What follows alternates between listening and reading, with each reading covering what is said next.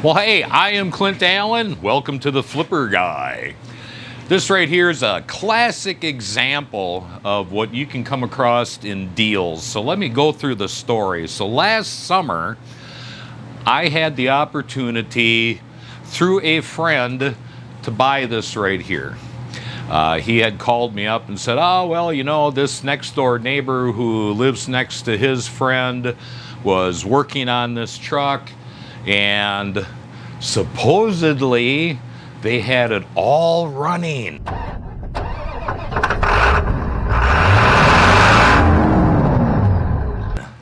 And then somebody came and moved it by pulling it backwards with another truck hooked up to a chain, and it threw the timing off. Well, I knew that was bullshit. Whether it's in gear or not in gear, whether the distributor cap bolt down is tight or not, you're not going to throw it off from timing. But anyways, I had said to him, offer the guy $400, which is salvage price. I'll come over there and tow it on out of there. So this happened way last year. So I first had the opportunity now to bring it on in, and as I find deals, I'll just go out and buy them and park them in my storage yard. I have a whole sea of trucks and cars and stuff like that just waiting for me to get to them. Or unless somebody emails me or calls me up and says, hey, you know, boy, I'm really looking for a car in this price range right here, and I already know what's wrong with most of the stuff, so I'll bring it in, fix it, get it cleaned up, blah, blah, blah, and sell it on. That's what doing stuff right gets you. Instead of a bad reputation, you get a good reputation where somebody goes, hey, you know, geez, this person needs a car. Oh, my son needs a car. I can trust you. Do shit right. That's the point right there. Do stuff right. It comes back to you. So anyways, I just went and picked up the truck. I parked it in the yard. Never took another day's look at it up until now. Besides that, I knew what the story that I was being told was a bunch of BS. So, towed it on in here, and this is another good example. I had never worked, I've worked on thousands of engines, okay? But I had never worked on this 4.9 straight 6 that Ford has in here. So I just did some diddling through YouTube. There's a ton of videos of all kinds of information on how to change the gear sets on here. I guess the timing gear for on the cam is made out of some kind of fiber or plastic, and it breaks. There's tons of guys that take absolute beautiful time in showing you how to take everything apart, how to time it, how to put it into correct time, the little secrets that you need to know, like disconnecting the computer module that adjusts the timing so you can actually set the timing without the computer messing with it. Once again, lesson to be learned there. All that information's there for you for free. And speaking of free, go ahead. This channel right here covers Facebook Marketplace ripoffs, Facebook Marketplace and Craigslist stories, car flipping, car information. There's a slew of it. Down in the description, I have some playlists for you to check out. And, go ahead, throw a guy a like, throw a guy a subscribe. It helps the channel out, and I'll let you in on a secret. It's free. Doesn't cost anything. Zero. Nothing. Shh. So, first things first, I had to get the hood open. Now, I still don't know what the problem was yet.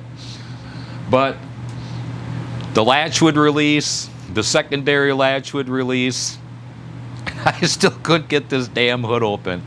And it was sitting kitty-wampus. I don't know how it was jammed up. But anyways, I had to reach through with a really long socket and a long extension and actually take the bolts out of the latch and then pulled the hood up far enough where I could pull the latch out of whatever it was stuck on. So then we got into the engine bay itself, and in the engine bay I just immediately pulled off the distributor cap, threw in a good battery, because one of the big things is that fiber gear that I was just telling you about likes to shear off. So the rotor went all the way around, so that's not the problem.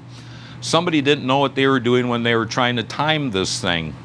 The previous guy that owned this bought a brand new computer for the vehicle, bought a brand new brand new ignition timing computer for it, bought, geez, we just got a ton of stuff here. I can't even remember what it all is.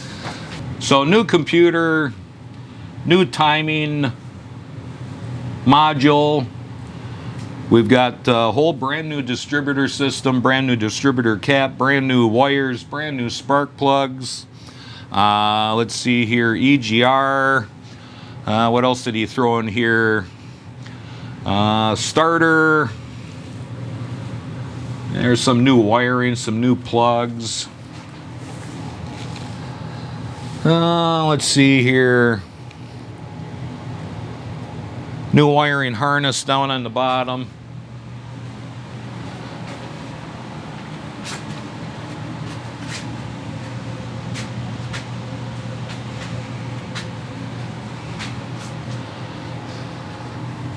So new wiring harness down on the bottom too. You know, the guy put a lot of stuff into the truck here. So go back to the basics. On a Ford, on this particular one here, you have to run it up to the number one piston, top dead center, and you don't even have to guess or figure out if you're in the power stroke or if you're in the exhaust stroke. The timing mark lines right up with 0, and when you do that, it's sitting at top dead center. Couldn't be much easier. Well, the rotor itself is supposed to be facing away from the engine for the distributor cap to fire on number 1. Well, this thing was sitting way the hell up on cylinder number 5. So once again, this guy that I know is kind of a friend who really doesn't know what the hell he's doing. You know, he kind of admitted a couple times over the last few months, well, you know, I was helping the guy work on it.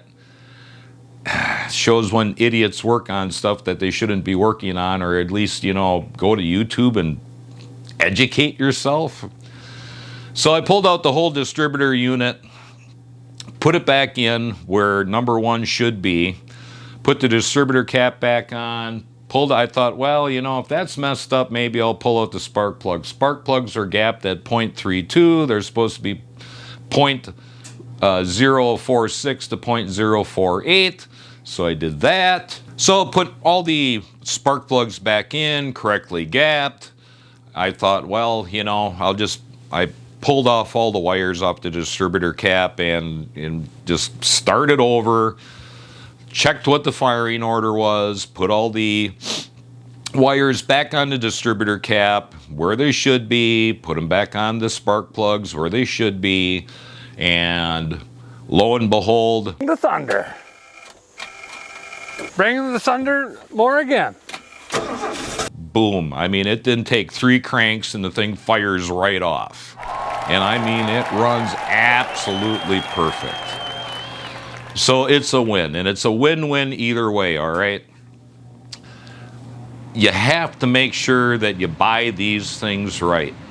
Now, I bought it for salvage price, so if I found out that the thing was junk, basically, I would have parted it out. People pissed their pants for these 4.96 cylinders. I would have had no problem getting rid of that for probably $600. It's got a 5-speed manual transmission. They're hard to come by. People are looking for them. That would have been another 600 to 800 bucks. The body itself, some of the parts that are salvageable, that would have probably made me a couple more $100, and the rest of it would have went to the old scrap yard, and I would have got probably 200 bucks there for, you know, a stripped out truck.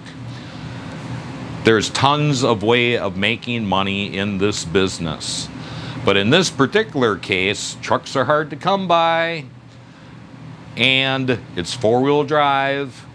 So this right here is probably going to be listed probably around $2,500 when I get done with it cleaning it up, because the inside looks like, you know, somebody used it for a dumpster. You know, always great. But either which way, quick learning lesson here.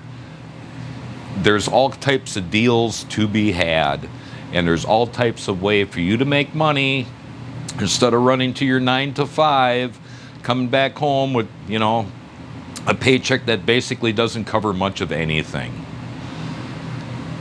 Right there it is.